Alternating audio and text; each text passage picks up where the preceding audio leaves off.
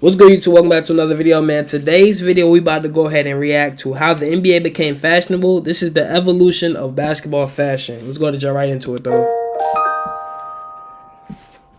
So I never thought I'd do another video about men's fashion, but here we are. I went down a rabbit hole and this is what I have to show for it. So it's me, Joyce, and I'm back to talk about how the fashion industry has been really intertwined. The big suits was crazy. That era was insane. And basically how black men are usually at the forefront of these iconic moments in basketball fashion history. So starting from the late 80s, the era with Michael Jordan, going to the 2000s, and then finishing in the 2010s.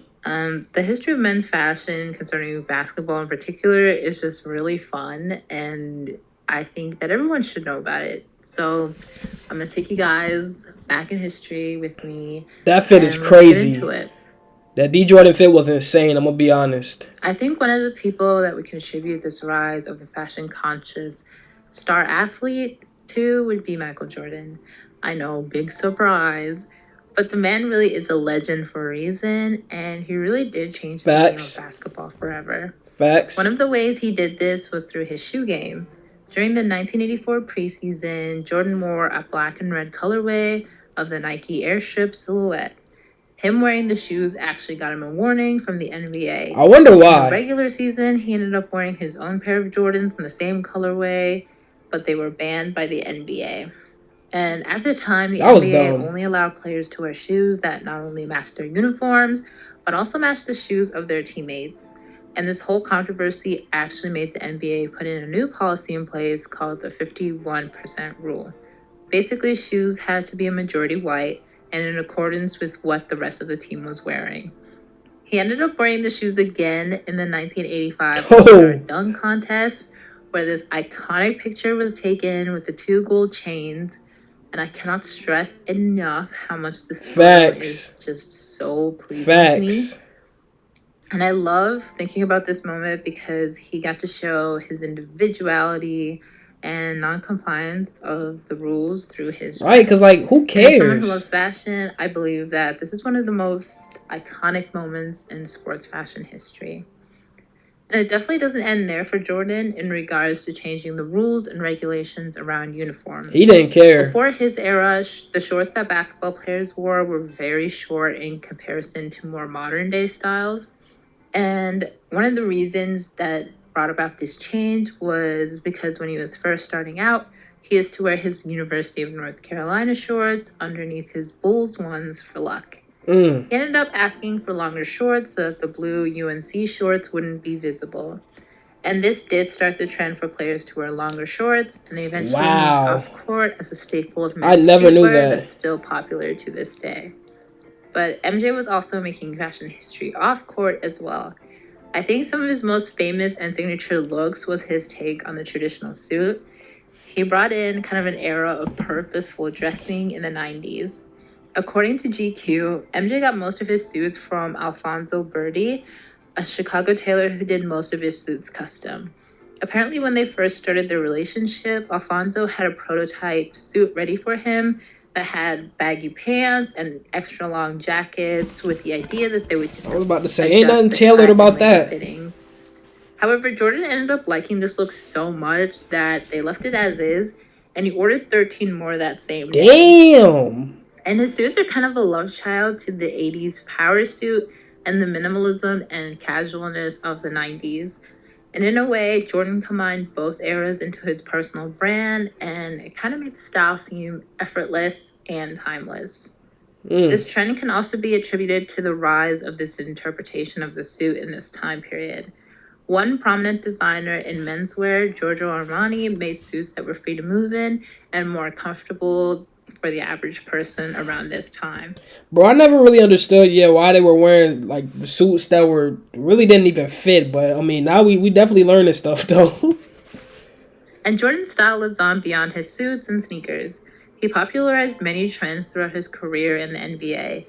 His shaved head, which he shaved in 1989, was something that he popularized, And while other players at the time had done it as well, like Kareem Abdul-Jabbar, it was something about MJ that really spoke to his personal brand and to others as well.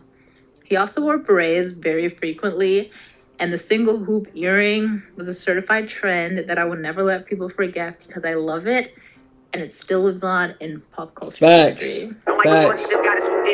However, MJ wasn't the only person on the Bulls team that changed the fashion game. Dennis Rodman for Like sure. mentioned in my Y2K video, his teammate Dennis Rodman became the notorious poster child for alternative and forward-thinking fashion that I think more people need to be talking about.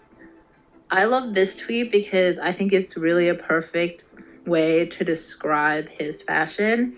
He really does dress like how people dress now. Like, it's kind of crazy to think that this happened in like the 90s.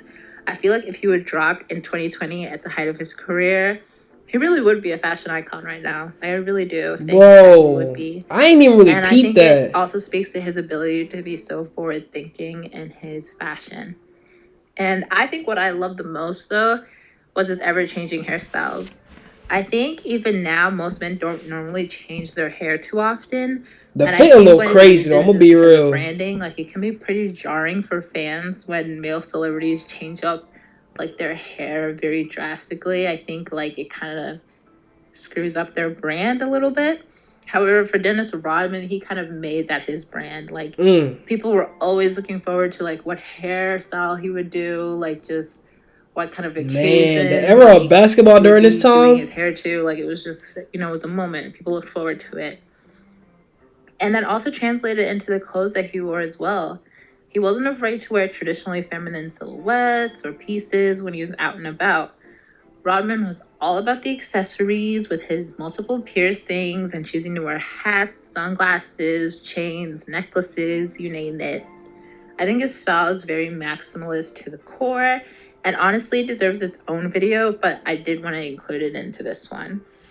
All in all, people really looked to the Bulls team and followed their trends because they wanted to be like the players. Like, it was this huge moment in time and they were a huge inspiration for people, and I think a really big turning point in the world of sports, fashion, and pop culture. And I think that more people realized this when The Last Dance documentary series premiered on Netflix, and if you haven't watched it, I would really recommend it because it's really good. That was a real good documentary. 2000 to 2010. When Allen Iverson started playing, he pretty much changed the look of what it meant to be a basketball icon, like, pretty rapidly. Not only was he one of the best players in the league, but he was also one of the most recognizable ones. Facts. And one of the ones that stood out the most. This was in part thanks to his cornrows, his tattoos, and like the oversized clothes he used to wear. Gone with the slightly oversized suits of Michael's generations and the semi-formal wear that most people wore in the 90s, it's the 2000s now, baby. And oversized I ain't a barbershop with a hat on. And nobody did it better than Allen Iverson. He pretty much ushered in a style revolution in the NBA and brought hip-hop and black streetwear to the forefront during his career. Facts. He wore do-rags, he popularized cornrows, and he brought out the big statement jewelry as well. And you can see examples of this that fit everywhere. In the middle tough. Even in the draft day suits that athletes wore at the time. My favorite is this one LeBron wore for his draft day. And you can see that this was pretty normal at the time. LeBron wore for his draft day. And you can see that this was pretty normal at the time. Like, if you thought MJ suits big old suits, these were worse. And I love it. I unironically love it. And you can see that it's lived on in pop culture. None of them fit. The Laugh Now, Cry Later music video Drake did with Lil Durk. Then, everything changed when the Fire Nation attacked. This all changed because of the Malice at the Palace, where the Pacers-Pistons brawl of 04. To sum it up, the two teams I know everybody remember this huge fight, but it ended up being broken up. And then this band threw their drink at Ron Artest, and the players and the spectators both started fighting. They didn't even get to finish the game. It was that bad. But it was not a good look for the NBA at all. And basically, instead of just leaving it at that, they decided to implement a dress code for the NBA. Like what? No fucking sense to me. Facts. Stern's dress code stated that all players must dress in business or conservative attire while arriving and departing during a scheduled game. on the bench while injured, and when conducting official NBA business. The new dress code banned fashions most often associated with hip hop culture, specifically jerseys, jeans, hats, do-rag, t-shirt, large jewelry, sneakers, and timber boots, specifically Timberland type boots.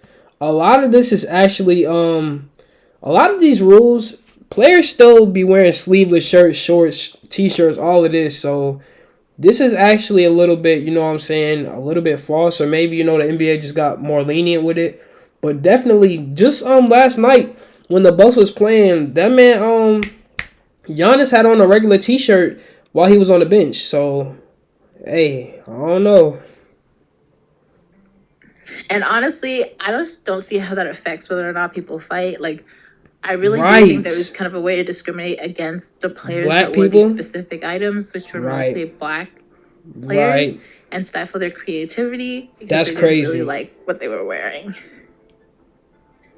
In any case, there wasn't much people could do about the ban, but it's such an important aspect as to how the fashion landscape of the NBA changed in later years. Because of the ban and how players could mostly only wear business casual attire, this led to the introduction of high fashion in the daily lives of basketball players in a way that was different from before. I like it One of the though. reasons this is the potential exposure brands can now get when partnering with athletes that wasn't possible before social media took off. Right. One example of this is how Beats by Dr. Dre basically blew up because they gifted LeBron James a pair of headphones and he was pictured with them and they just blew up pretty much overnight. I never knew that. This opened up a new avenue for players to partner up with more designers and companies. Before, athletes were expected to align with sports-based brands like Nike or Gatorade, but this ushered in a new era where athletes can partner up with high fashion brands and other companies and just kind of explore their horizons. Now athletes are showing up just, wearing Prada and Tom Brown, so it's definitely a change from what we saw. Like in the LeBron, right? He 90s just and had on the early t-shirt on the 2000s. bench. And the NBA did Sleeveless relax a lot shirt. of their rules so that the athletes can express themselves more regularly. Yeah. And I think it's amazing to see the evolution of fashion, particularly in basketball, which is the sport that I love. And I think it's important that we can look back into the past and give credit where credit is due and acknowledge just how much certain people have such an impact on pop Spray paint his culture hair and is fashion crazy. in general.